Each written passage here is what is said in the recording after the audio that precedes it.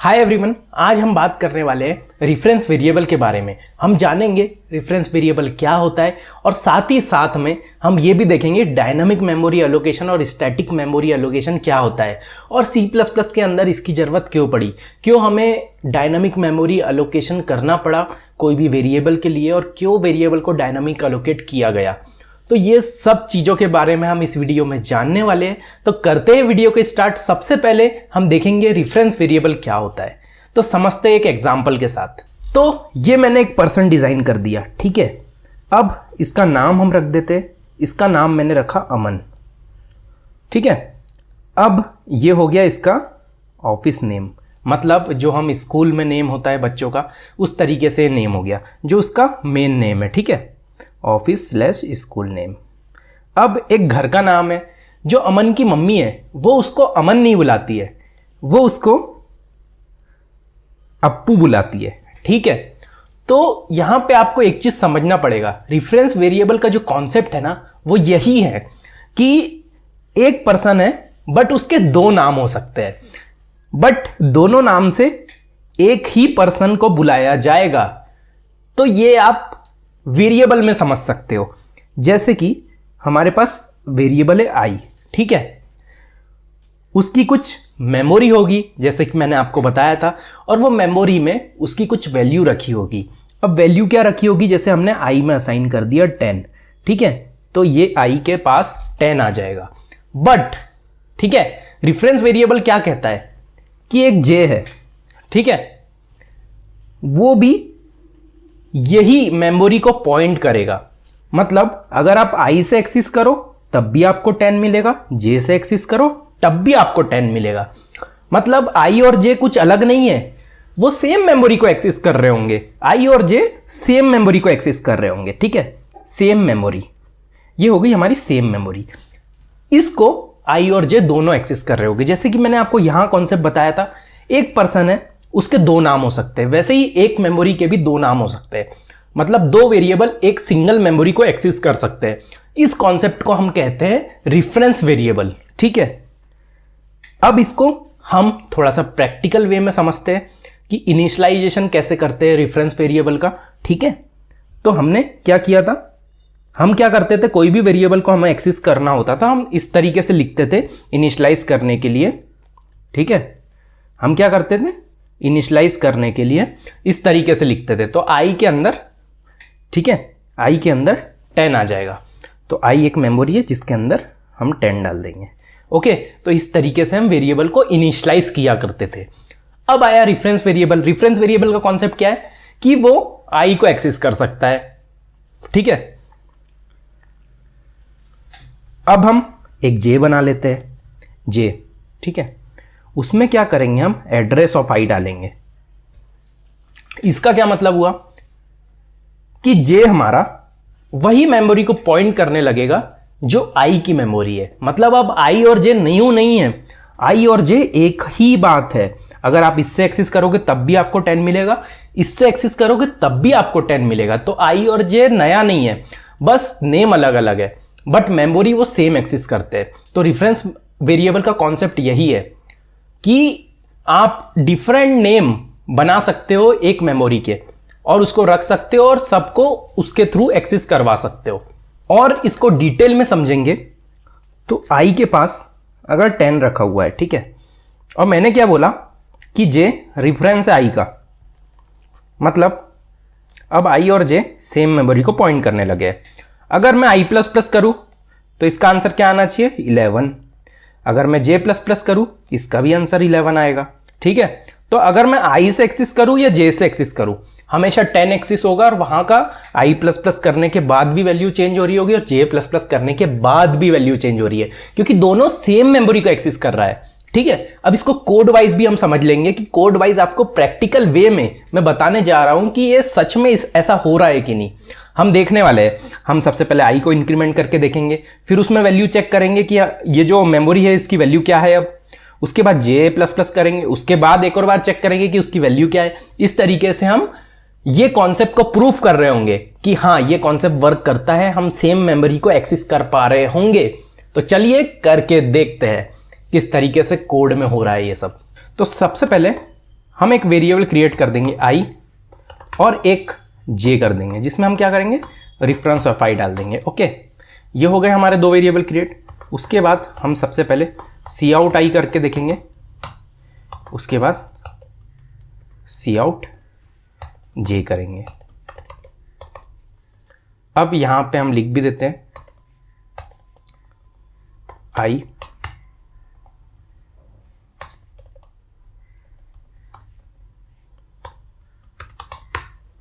j, ठीक है। Okay, ये पॉइंटर टाइप का वेरिएबल है, ठीक है।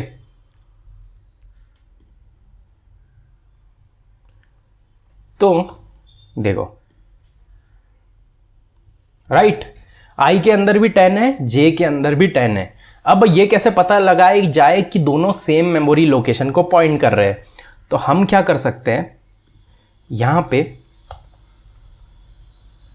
एड्रेस ऑफ i चेक कर सकते हैं, ठीक है, और यहां पे j चेक कर सकते हैं। तो ये दोनों में सेम मिलना चाहिए हमें एड्रेस, ठीक है। अगर ये दोनों में हमें सेम एड्रेस मिलता है तो समझ जाओ कि दोनों एक ही मेमोरी लोकेशन को पॉइंट कर रहे हैं। देख लेते हैं करके। ओके, ये एड्रेस ऑफ i हो गया, एड्रेस ऑफ j हो गया। ओके, देखो i में 10 रखा हुआ है, एड्रेस ऑफ i क्या है, ये है, एड्रेस ऑफ j भी क्या है, वही है। मतलब ये प्रूफ हो गया कॉन्सेप्ट कि j जो है वो i की मेमोरी को पॉइंट कर रहा है, ठीक है। अब हम इंक्रीमेंट करके देख लेते हैं। अगर मैं इंक्रीमेंट कर दूं i की वैल्यू को, अगर मैं i प्लस प्लस कर दूं यहां, तो अब i की वैल्यू क्या हो जाना चाहिए, i की वैल्यू हो जाना चाहिए 11। ओके, तो i की वैल्यू 11 हो जाना चाहिए। हाँ, i की वैल्यू 11 हो रही है, करेक्ट। अब j भी प्रिंट करके देख लो, तो j के अंदर भी 11 मिलना चाहिए, क्योंकि मेमोरी एक ही है। भले आप वैल्यू कुछ भी रख रहे हो दोनों की, बट मेमोरी एक ही है। ओके, तो हम j प्रिंट करके देख लेते हैं। जब हम j प्रिंट कर रहे होंगे तब भी हमें 11 मिल रहा है, मतलब सेम मेमोरी। अगर आप i प्लस प्लस करोगे तब भी वहां की वैल्यू चेंज हो रही है, j प्लस प्लस करोगे तब भी वहां की वैल्यू चेंज हो रही है। ओके, एक और बार देख लेते हैं। अब हम कर देते हैं j प्लस प्लस, ठीक है। अब एक और बार प्रिंट करके देख लेते हैं i और j को। अब दोनों की वैल्यू हो जाना चाहिए 12, ठीक है। अब i की वैल्यू भी 12 हो जा रही है और j की वैल्यू भी 12 हो जा रही है। तो इससे आपको समझ में आया होगा कि हम एक ही मेमोरी को दो नेम के साथ एक्सेस कर रहे हैं और दोनों की वैल्यू कहीं से भी चेंज कर सकते हैं, चाहे आप j से एक्सेस करो चाहे आप i से एक्सेस करो। अब यहां पे कॉन्सेप्ट आता है कि जब हम फंक्शन बनाया करते थे, जब हम फंक्शन पढ़ा था हमने, तो फंक्शन के अंदर कैसे होता था, हम आर्ग्यूमेंट पास करते थे कुछ। जैसे कि ये फंक्शन है हमारा fun1, ठीक है, इन टाइप का है।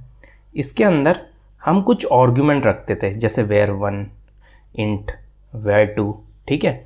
और इस तरीके से फंक्शन की बॉडी हुआ करती थी। तो ये इस तरीके से हम फंक्शन बनाया करते थे। और फंक्शन को हम कॉल कैसे करते थे, fun1 कर देते थे हम, और 10 और 20 जितने भी आर्ग्यूमेंट है उसकी हम यहाँ पे वैल्यू पास कर देते थे। तो ये वैल्यू, ये जो वैल्यू देख रहे हो आप, ये रिफ्लेक्ट होती थी यहाँ पे, ये रिफ्लेक्ट होती थी यहाँ पे, ठीक है। तो इस तरीके से काम किया होता करता था। तो इसको क्या बोलते थे हम, कॉल बाय वैल्यू, ठीक है। इसको बोलते हैं हम call by value. Call by value में क्या होता है कि जो भी आप वैल्यू दे रहे हो वो कॉपी होके ये वेरिएबल में इनिशियलाइज हो जाती है। मतलब इसकी मेमोरी, इसकी मेमोरी, इनकी मेमोरी सब अलग अलग होगी। मतलब हर वेरिएबल नया बनेगा, बस कॉपी करेगा वो वैल्यूज पुरानी जगह से। तो जब हम यहां से कॉल करते हैं न्यू वैल्यू बनती है, ये भी न्यू वैल्यू बनती है। ओके, ठीक है, ये आपको समझ में आया। वैसे ही अगर आप, मैं एक और एग्जांपल लूं, अगर मैं लिख दूं int a equal to 10, int b equal to a, इसमें और जो मैंने आपको पहले बताया, पहले क्या बताया, ये, इसमें क्या डिफरेंस है, इसमें और इसमें क्या डिफरेंस है। तो इसमें और इसमें डिफरेंस ये है कि जब आप ये लिखते हो तो b को एक अलग मेमोरी मिलती है और a को एक अलग मेमोरी मिलती है, ठीक है। बस इतना होता है, जो इसकी मेमोरी होती है वो न्यू मेमोरी के अंदर वैल्यू बन के कॉपी हो जाती है। तो इस तरीके से कॉल बाय वैल्यू होता है, ठीक है, कि वो क्या करता है, कॉपी करता है वो वैल्यू जहां से आपको चाहिए, जो वेरिएबल से आपको वैल्यू चाहिए वो न्यू मेमोरी बना के वहां पे इनिशियलाइज कर देगा, तो उसको बोलते हैं कॉल बाय वैल्यू, ठीक है। अब कॉल बाय रेफरेंस में क्या हो रहा था, जब हम यहां पे लिख देते हैं, जब हम int asterisk b equal to address of a, ऐसा कुछ लिख देते हैं, ठीक है, या तो ऐसा लिख देते हैं, ठीक है। हम ऐसा कुछ दोनों में से कुछ भी लिख सकते हैं, पॉइंटर नोटेशन है, ये हमारा नॉर्मल रोटेशन है, ठीक है। ये दोनों नोटेशन की हेल्प से आप रेफरेंस वेरिएबल बना सकते हो। अगर हम ऐसा लिखते हैं, ओके, ऐसा लिखा तो हमारा क्या हुआ, बी की कोई न्यू मेमोरी नहीं बनी है, बी क्या है, बस इसको पॉइंट करने लगा है, ए की जो मेमोरी थी उसी को पॉइंट करने लगा बी, तो इसको कहते हैं हम कॉल बाय रेफरेंस, ठीक है। फंक्शन की हेल्प से भी समझते हैं एक और बार, कि जब आप इंट fun1 लिखोगे और इंट ए इंट पी, ऐसा जब आप दोगे, ओके, और ये फंक्शन कुछ कर रहा होगा, समझ लो ये b प्लस प्लस कर रहा होगा, ओके। अब यहां पे लिखते हो आप int fun2 int n, okay, n plus plus, और आप जब कॉल कर रहे हो यहां पे आपने इनिशियलाइज कर दिया n इक्वल टू 10 और आपने कॉल किया fun1, वेट अ मिनट, इसमें दो आर्ग्यूमेंट नहीं, इसमें भी हम एक ही आर्ग्यूमेंट लेके चलते हैं, ओके। तो हम दोनों में एक ही आर्ग्यूमेंट लेके चलते हैं, इंट n, यहाँ पे n प्लस प्लस, ओके। तो यहाँ पे आपने fun1 को कॉल किया, fun1 में n पास कर दिया, ठीक है। वैसे ही आपने fun2 को कॉल किया, fun2 में भी n पास कर दिया, बोथ में आपने n पास कर दिया, ओके, दैट इज गुड, हमने दोनों में n पास कर दिया। अब क्या हुआ, जब fun1 कॉल हुआ, fun1 ने क्या किया, fun1 यहां गया भाई, उसने बोला इंट n, मतलब जो भी ये वैल्यू थी, ठीक है, n की कुछ वैल्यू थी, n इक्वल टू 10। अब यहां पे भले वेरिएबल का नाम सेम है, यहां पे भी हमने n बनाया था, वहां पे भी हमने n बनाया, बट वहां पे जो मेमोरी बनेगी वो न्यू मेमोरी बनेगी। ऐसा नहीं होगा कि ये n भी इसको पॉइंट करने लगेगा, नो नो नो नो, ऐसा नहीं होने वाला है। यहां पे फिर से एक वेरिएबल क्रिएट होगा, बस ये कॉपी कर रहा होगा उसमें से वैल्यू, और यहां पर फिर से वैल्यू इनिशियलाइज होगी, और ये n प्लस प्लस जो है इसका होगा, इसका नहीं होगा। मतलब जब आप यहां पे प्रिंट करके देखोगे ना सी आउट n, तो आपको 10 ही मिल रहा होगा, ऐसा नहीं होगा कि आपको 11 मिल जाएगा अगर आपने यहां n प्लस प्लस कर दिया है तो ये प्रॉब्लम को सॉल्व करने के लिए हमने क्या किया, ठीक है, रेफरेंस वेरिएबल का यूज किया। रेफरेंस वेरिएबल क्या करता है कि यहां से कॉल जब करेगा, ठीक है, तो अगर आप एस्ट्रिक n कर देते हो, अगर आप एस्ट्रिक n या तो फिर अपना एड्रेस ऑफ n कर देते हो, तो ये क्या करेगा, ये रेफरेंस वेरिएबल मान लेगा इसको। अब यहां पर जब आएगा वो, तो न्यू मेमोरी नहीं क्रिएट होगी, जो n रहेगा वही रहेगा, ठीक है, वही रहेगा और उसको पॉइंट करने लगेगा, और जब आप n प्लस प्लस करेंगे तो 11 आउटपुट आपको आके दे रहा होगा, ठीक है। जब आप fun2 चलाने के बाद n को प्रिंट करके देखोगे तो 11 मिल रहा होगा आपको। तो इस तरीके से वेरिएबल काम करते हैं, और इसको बोलते हैं हम कॉल बाय रेफरेंस। मतलब फंक्शन के दो टाइप होते हैं, call by value, call by reference. ये हो गया कॉल बाय वैल्यू और ये हो गया हमारा कॉल बाय रेफरेंस। तो इस तरीके से आपको पता होना चाहिए, जब भी आपको कहीं पे भी कोडिंग में ऐसा लग रहा हो कि मुझे जो मेरे मेन फंक्शन में वेरिएबल्स है उनको चेंज करना है कोई दूसरे फंक्शन में यूज करते टाइम, तो उस समय आप कॉल बाय रेफरेंस का यूज करो, ओके। और आपको लग रहा है कि मेरे न्यू वेरिएबल से काम चल जाएगा, मुझे तो बस यहां से कुछ आंसर रिटर्न करना है, अगर ऐसा कुछ है तो कॉल बाय रेफरेंस की आपको जरूरत नहीं है। आपको करंट वेरिएबल का बस वैल्यू चाहिए, वो आप कॉपी करके जो न्यू वेरिएबल में बनेगा उसमें भी चल जाएगा काम, तो कोई दिक्कत नहीं है। आप कॉल बाय वैल्यू भी कर सकते हो वहां पे। तो इस तरीके से कॉल बाय वैल्यू और कॉल बाय रेफरेंस काम करता है, और आपको समझना होगा कब कॉल बाय वैल्यू करना है, कब कॉल बाय रेफरेंस करना है, ओके। तो ये चीज होप आपको समझ में आई होगी। अब एक और चीज समझते हैं। आपने देखा होगा जब हम एरे को इनिशियलाइज करते हैं तो ठीक है, हम कुछ इस तरीके से लिखते हैं, ठीक है। ये हो गया हमारा पहला नोटेशन। मैंने और भी चीजें आपको बताई थी, और किस तरीके से हम एरे को इनिशियलाइज कर सकते हैं। हम ऐसे भी कर सकते हैं, एक वेरिएबल बना दिया हमने, इसका इनपुट ले लिया, फिर हमने क्या किया, इसमें n पास कर दिया। तो रन टाइम में ये n का इनपुट आएगा हमारे पास, यूजर देगा कि भाई 10 टाइज का बना दो, तो ये n रिप्लेस हो जाएगा 10 से, तो हमारा एरे इनिशियलाइज हो जाएगा 10 साइज का। ओके, इस तरीके से हमारा एरे इनिशियलाइज हो जाएगा। तो इस तरीके से हम अभी तक एलोकेशन करते थे, इसको बोलते हैं स्टैटिक मेमोरी एलोकेशन। और स्टैटिक मेमोरी एलोकेशन जो होता है वो हमेशा स्टैक की मेमोरी में होता है, स्टैक मेमोरी। ठीक है, स्टैक मेमोरी का कुछ साइज होता है, ये जो डिफाइन होता है कंपाइल होने के समय कि आपको कितनी मेमोरी की रिक्वायरमेंट है, वो डिफाइन होता है स्टैक मेमोरी के अंदर। ओके, और ऐसी होती है एक और मेमोरी जिसको हम कहते हैं हीप मेमोरी। ओके, अब ये स्टैक और हीप के अंदर क्या डिफरेंस है, तो हीप मेमोरी जो है वो रन टाइम पे अलोकेट होती है, रन टाइम अलोकेशन, और स्टैक मेमोरी कंपाइल टाइम पे अलोकेट होती है। ओके, तो ये दोनों चीजें आपको समझ में आई होगी। अब हमको समझना है कि ऐसा करना और तो इससे कौन सी मेमोरी क्रिएट होगी। जब हम ऐसे करते हैं या कुछ वेरिएबल क्रिएट करते हैं, इंट इक्वल टू 10, ठीक है, इंट ए इक्वल टू 10, कुछ भी जितना भी अभी तक हमने किया है वो कुछ भी तरीके से आप क्रिएट करोगे मेमोरी, तो सब में आपको जो मेमोरी इनिशियलाइज हो रही होगी वो स्टैक में होगी, ना कि हीप में। हीप में अगर आपको मेमोरी इनिशियलाइज करनी है, और सबसे पहले आपको समझना पड़ेगा रिक्वायरमेंट क्यों पड़ी हीप की, सबसे पहले वो समझो। जरूरत नहीं है कि आपको यह समझना जरूरी है कि हीप में मेमोरी इनिशियलाइज कैसे करते हैं, उससे भी पहले आपको समझना जरूरी है कि स्टैक क्यों नहीं, क्यों स्टैक की जगह पे हमें हीप चाहिए है। ठीक है, तो ये चीज मैं आपको बताऊंगा। अगर यूजर ने यहां पे हमने 10 लिखा था कि n 10 दे रहा है, तो हमने 10 का एरे बना दिया। अब यूजर ने दे दिया यहां पे 1 लाख या 10 लाख कि 10 लाख डब्बों का भैया साइज बना दो, आप एरे बना दो 10 लाख डब्बों का।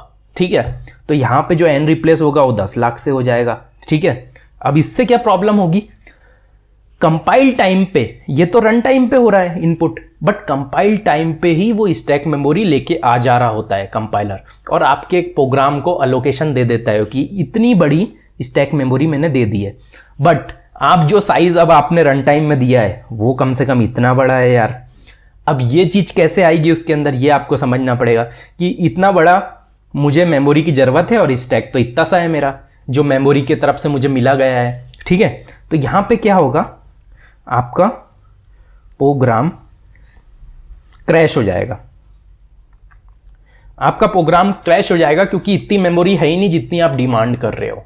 तो इसके कारण से हीप मेमोरी आई। जब भी आपको रन टाइम पर अलोकेशन करना होता है कि आपको पता नहीं है कि मुझे कितनी मेमोरी की रिक्वायरमेंट है, रिक्वायरमेंट मेरी कितनी है, मुझे कुछ भी नहीं मालूम कि 10 साइज का चाहिए, 100 का चाहिए, 10,000 का चाहिए, 10 लाख का चाहिए, क्या चाहिए मुझे नहीं मालूम। तो उस समय हीप मेमोरी के अंदर हम इनिशियलाइजेशन करते हैं। ठीक है, अब समझते हैं हीप मेमोरी के अंदर इनिशियलाइजेशन होता क्या है। तो यार एक बहुत ही अच्छा कीवर्ड है C++ के अंदर जिसको हम बोलते हैं न्यू कीवर्ड।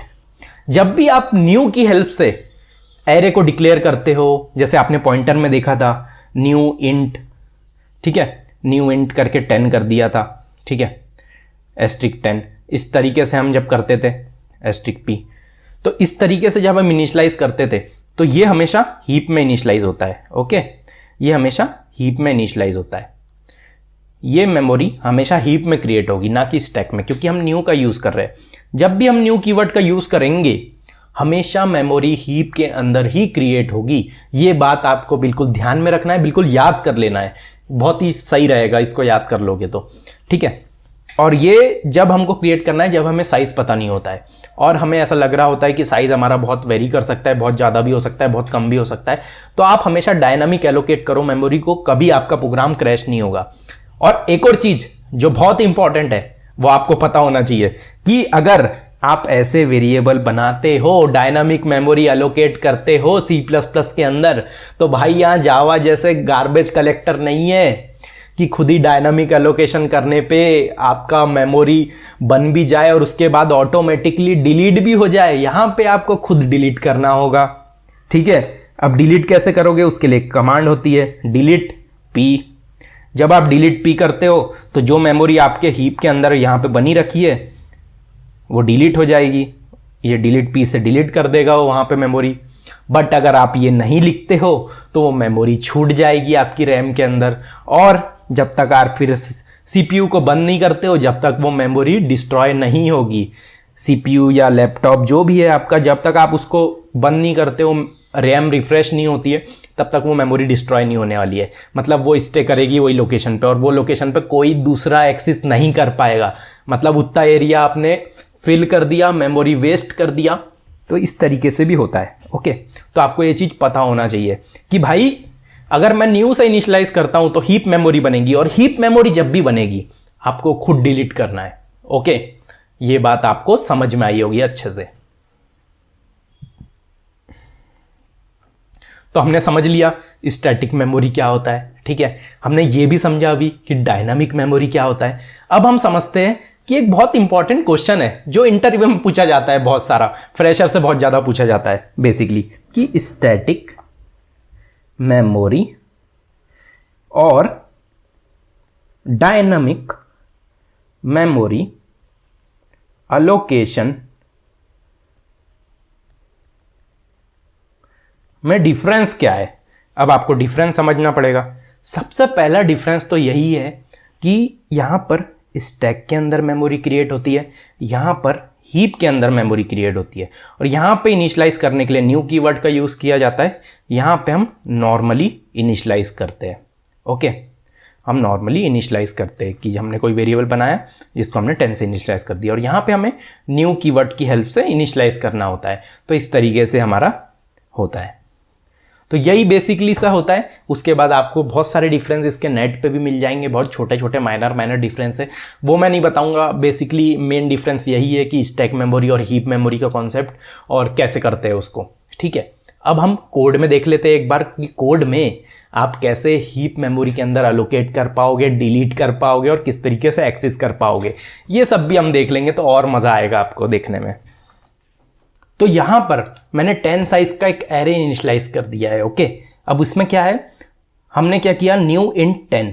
जब भी आप ऐसा लिखते हो मतलब क्या हुआ, 10 साइज का हम एरे इनिशियलाइज कर रहे हो, ओके।